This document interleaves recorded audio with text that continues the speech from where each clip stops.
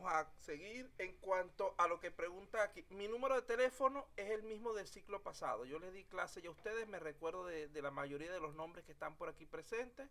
Ustedes lo deben tener por allí disponible. De todas maneras, está en la primera diapositiva de cada presentación y está varias veces en la diapositiva de introducción que les pasé ya. En cuanto al grupo de WhatsApp, ustedes se encargan. ¿Quién es el delegado de este grupo? ¿Quién es el delegado de este grupo, por favor?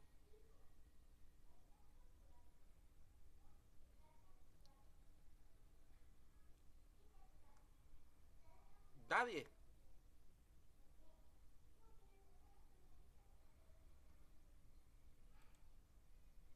Esperemos que sea el que está entrando ahorita, que sea el delegado, porque los delegados siempre llegan un poquito tarde. Bueno, deben ponerse de acuerdo en cuanto a eso para ver quién es el delegado de su grupo, porque es alguien que es necesario por aquí para el trabajo, para la mayor fluidez de la comunicación. De todas formas, repito, yo la información toda la voy a colgar en ese Google Drive y los videos en el canal de YouTube que ya les he pasado anteriormente. Seguimos entonces. Esta imagen que tienen aquí es lo básico en cuanto a la parte de arquitectura del computador. Deben recordar eso. La parte de diseño conceptual está relacionado mayormente con la parte lógica del computador, es decir, con el software. Mientras que la parte de diseño estructural está relacionado mayormente con lo que es la parte física, es decir, el hardware.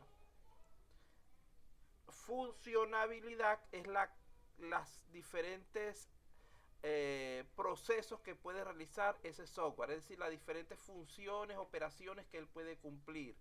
Rendimiento tiene que ver con velocidad de procesamiento. Y costo tiene que ver con el precio de su adquisición, implementación o como ustedes lo quieran llamar.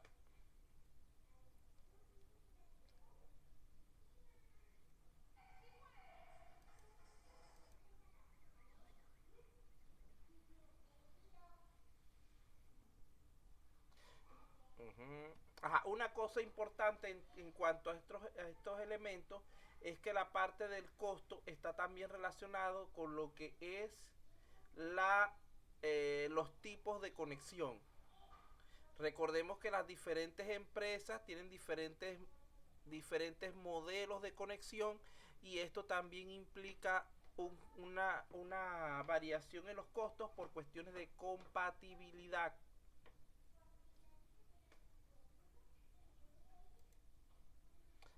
Entonces, de aquí podemos decir que básicamente la capacidad y rendimiento de una computadora dependen principalmente de sus componentes de hardware. Es decir, el hardware es el que le da la velocidad al computador y la potencia. Mientras que la diversidad de tareas que puede realizar radica principalmente en el software que tenga instalado. Por lo que un computador sin software no es más que un adorno o un pisapapeles enorme. Mientras que un programa sin estar instalado en ningún tipo de computador para ser ejecutado no nos sirve tampoco para nada. Entonces fíjense por allí, son cosas que ya ustedes conocen. Simplemente estoy tratando la manera de introducción. Sin el software, una computadora no es más que una masa metálica sin utilidad. Con el software, el computador puede almacenar, procesar, recuperar información, encontrar errores de ortografía en los manuscritos, tener aventuras, intervenir en muchas otras valiosas actividades para ganar el sustento. O sea, nos sirve para entretenimiento, para trabajo, para cualquier tipo de función que nosotros necesitemos realizar. El software para computadoras puede clasificarse en general en dos grupos: lo que son programas de sistema que controlan las operaciones del equipo en sí, y lo que son los programas de aplicación, los cuales resuelven problemas para los usuarios. El programa fundamental de todo sistema de cómputo es el sistema operativo. el cual controla todos los recursos del computador y proporciona la base sobre la cual pueden escribirse los demás programas de aplicación. En el origen del computador, los sistemas operativos no existían y la introducción de un programa para ser ejecutado se convertía en un increíble esfuerzo que solo podía ser llevado a cabo por muy pocos expertos. Esto hacía inicialmente que las computadoras fueran muy complicadas de usar y que se requiriera tener altos conocimientos técnicos para operarlas. Era tan complejo su manejo que en algunos casos el resultado llegaba a ser simplemente desastroso. Allí entramos a lo que son, en pocas palabras, de todas maneras esto lo vamos a ver más adelante en más detalle, las generaciones del computador. Estamos hablando de 6 generaciones. La primera, que se caracteriza por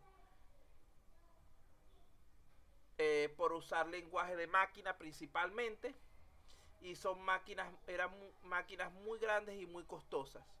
Realmente una memoria RAM podía ser el tamaño de una habitación y un computador podía ser del tamaño de una casa. Imagínense la dificultad que tenía eso para uso y la cero portabilidad que tenía. En la segunda generación, los computadores se reducen de tamaño y precio, pero aumentan en velocidad y capacidad de almacenamiento. Tienen, en este caso, las primeras usaban válvulas de vacío, y esta segunda usan ya transistores. Y empiezan a aparecer lo que son los lenguajes de programación de alto nivel. La tercera generación, en este caso las computadoras eran, como decir, del tamaño de un escritorio. Podría más o menos verse un computador. Estábamos hablando primero del tamaño de una casa o de una habitación grande, y ahora estamos hablando de algo del tamaño de un escritorio. Vean la comparación y la reducción del tamaño. En la tercera generación se empiezan a usar lo que son circuitos integrados. Los lenguajes de control empiezan a aparecer, lo que es los sistemas operativos.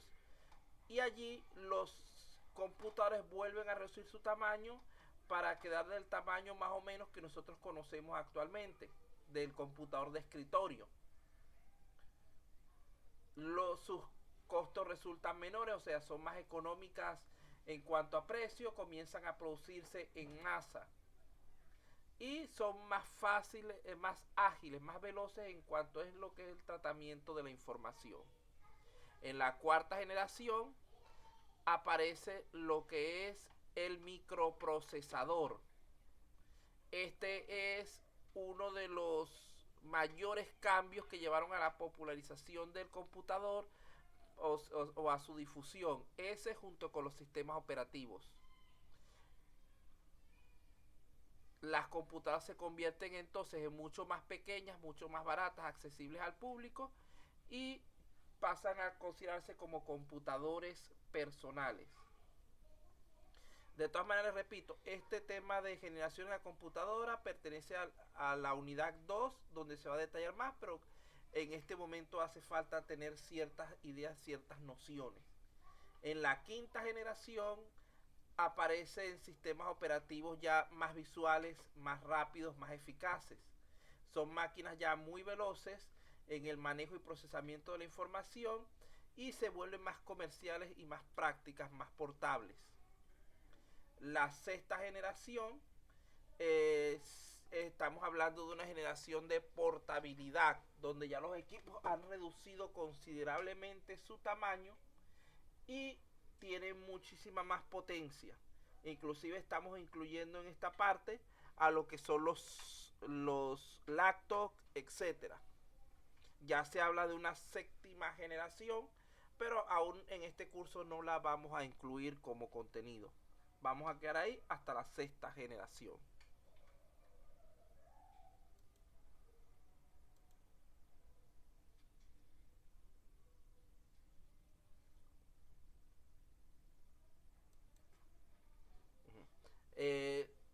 Como pueden ver, las herramientas de programación también han sufrido cambios generacionales. Los lenguajes de máquinas binarios que se utilizaban inicialmente dieron paso progresivamente a lenguajes de programación de alto nivel, capaces de apoyar cada vez mejor al hombre en el proceso de razonamiento para la resolución de problemas. De manera semejante, evolucionaron las aplicaciones de computación, incluidos los sistemas operativos, y la forma en la que interactúa el hombre con la máquina, ampliándose sustancialmente el universo de las personas con acceso a la tecnología. Es decir, los lenguajes se han hecho más, o el uso del computador se ha hecho más amigable a la persona. Ejemplo de ello es ahora tenemos lo que son los sistemas táctiles, que hace años nadie ni siquiera se lo hubiera imaginado.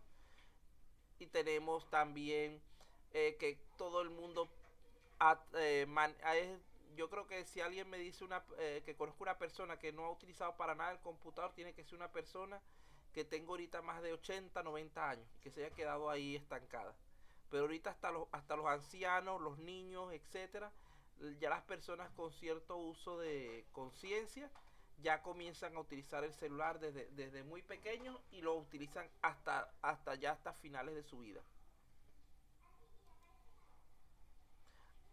Ahora sí, con esto hemos salido de lo que es la introducción las nociones generales de cursos anteriores. Vamos a comenzar con lo que sería el contenido en sí de este curso. Vamos bien de tiempo, tenemos todavía aproximadamente una hora. Así que muchachos, vamos a continuar.